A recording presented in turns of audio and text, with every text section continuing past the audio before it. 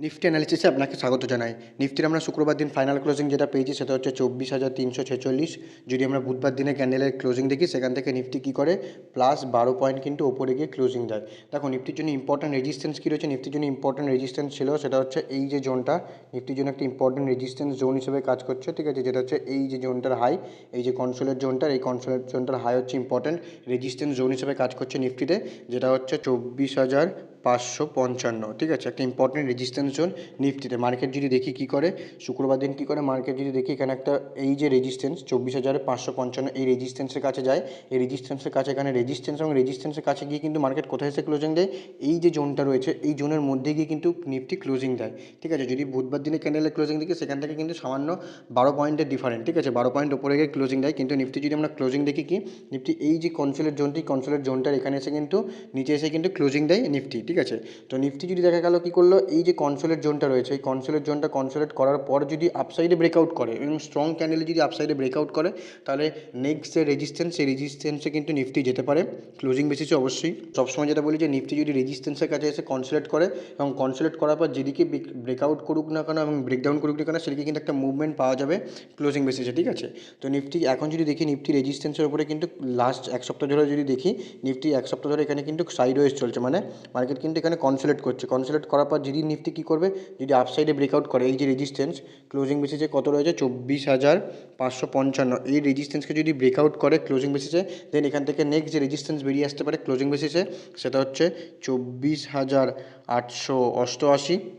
যদি 24,888কে ব্রেকআউট করে তাহলে নেক্সট যে রেজিস্ট্যান্স বেরিয়ে আসবে সেটা হচ্ছে 25,055, যেহেতু একটা সাইকোলজিক্যাল রেজিস্ট্যান্স, তো এই সাইকোলজিক্যাল রেজিস্ট্যান্স মার্কেট রেজিস্ট্যান্স নিতে পারে। যদি মার্কেট কী করে 25,055 ওপরে যদি ব্রেকআউট করে তাহলে নেক্সট যে রেজিস্ট্যান্স বেরিয়ে আসবে সেটা হচ্ছে 25,222, ঠিক আছে। নেক্সট রেজিস্ট্যান্স কিন্তু বেরিয়ে আসতে পারে যদি 25,055কে ব্রেকআউট করে। দেখো সবার প্রথমে কী করতে হবে যে সবসময় এই কনসোলেট জোনটাকে ব্রেকআউট করতে দাও। যদি আপসাইডে ব্রেকআউট করে তাহলে যে নেক্সট যে রেজিস্ট্যান্সগুলো বললাম সেই রেজিস্ট্যান্সে কিন্তু নিফটি যেতে পারে। দেখা গেল নিফটি কী করলো, দেখা গেল নিফটি এই যে রেজিস্ট্যান্সের কাছে আছে লাস্ট এক সপ্তাহ ধরে যেহেতু এখানে কনসোলেট করছে এবং কনসোলেট করার পর যদি দেখা গেল আপসাইডে ব্রেকআউট করতে না পারে নিচের সাইডে ব্রেকডাউন করলো, ঠিক আছে।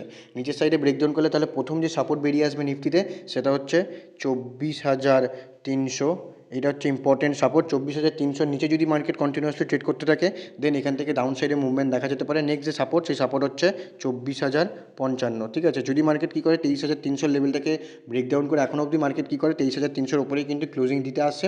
যদি মার্কেট 23,300 নিচে ব্রেকডাউন করে তাহলে নেক্সট যে সাপোর্ট বেরিয়ে আসবে সেটা হচ্ছে 24,055 ক্লোজিং বেসিসে, কারণ এটা একটা সাইকোলজিক্যাল সাপোর্ট। যদি 24,055কে ব্রেকডাউন করে তাহলে নেক্সট যে সাপোর্ট বেরিয়ে আসবে সেটা হচ্ছে এই যে জোনটা, ঠিক আছে, যেটা হচ্ছে 23,850।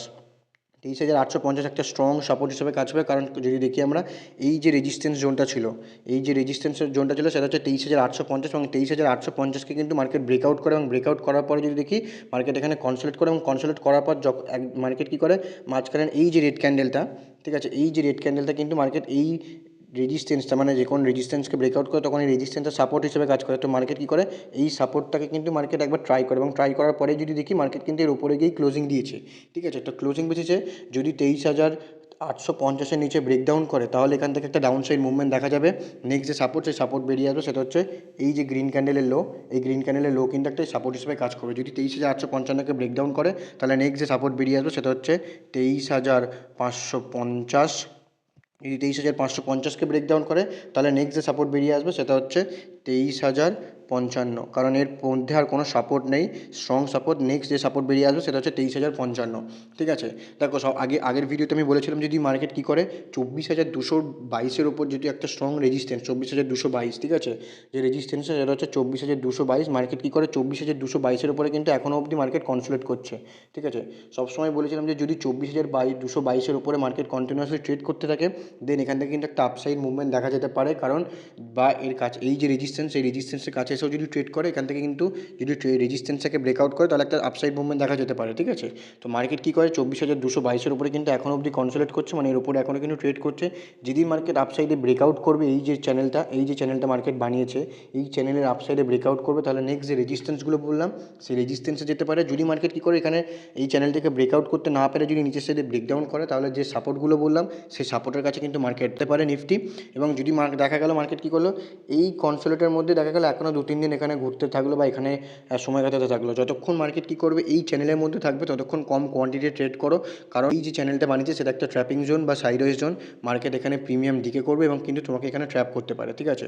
তো মার্কেটকে দেখো মার্কেট কী করে, যদি তোমার সেট আপ অ্যাক্টিভ হয় তবেই তুমি তোমার ট্রেড করতে পারো, আদারওয়াইজ এই চ্যানেলটাকে ব্রেকআউট বা ব্রেকডাউন করতে দাও, দেন তুমি তোমার সেট আপ অনুযায়ী ট্রেড করতে পারো, ঠিক আছে? ততক্ষণ কিন্তু মার্কেটকে দেখো, ওয়াচ করো মার্কেট কী করতে চায়। যদি আমরা শুক্রবার দিনে ক্যান্ডেল দেখি, শুক্রবার দিনে ক্যান্ডেল কী করে, মার্কেট কিন্তু এই যে রেজিস্ট্যান্স যেটা 22,000 24,555 এই রেজিস্ট্যান্সের কাছে কিন্তু যায়। মার্কেট যদি দেখি 24,555 উপরে যায়, কিন্তু মার্কেট কী করে, মার্কেট কিন্তু যদি দেখি এই যে ক্যান্ডেলের উইকটা, এই ক্যান্ডেলের উইকটা কিন্তু অনেকটাই বড়, ঠিক আছে? মার্কেট 300 পয়েন্ট উপরে যায়, কিন্তু আলটিমেট কোথায় এসে ক্লোজিং দেয়, মার্কেট কিন্তু 12 পয়েন্ট নিচে এসে ক্লোজিং দেয়। মানে এই যে জোনটা, যেটা হচ্ছে এই যে চ্যানেলটা যেটা হচ্ছে 24,555, এখান থেকে এটা বোঝা গেল যে মার্কেটের এই যে জোনটা সেটা একটা স্ট্রং রেজিস্ট্যান্স জোন এবং এখানে কিন্তু সেলার্সের প্রেশার প্রচুর রয়েছে, ঠিক আছে? যার কারণে মার্কেট কী করে, এই রেজিস্ট্যান্সের কাছে গিয়েও কিন্তু মার্কেট এখানে নিচে এসে ক্লোজিং দেয়, ঠিক আছে?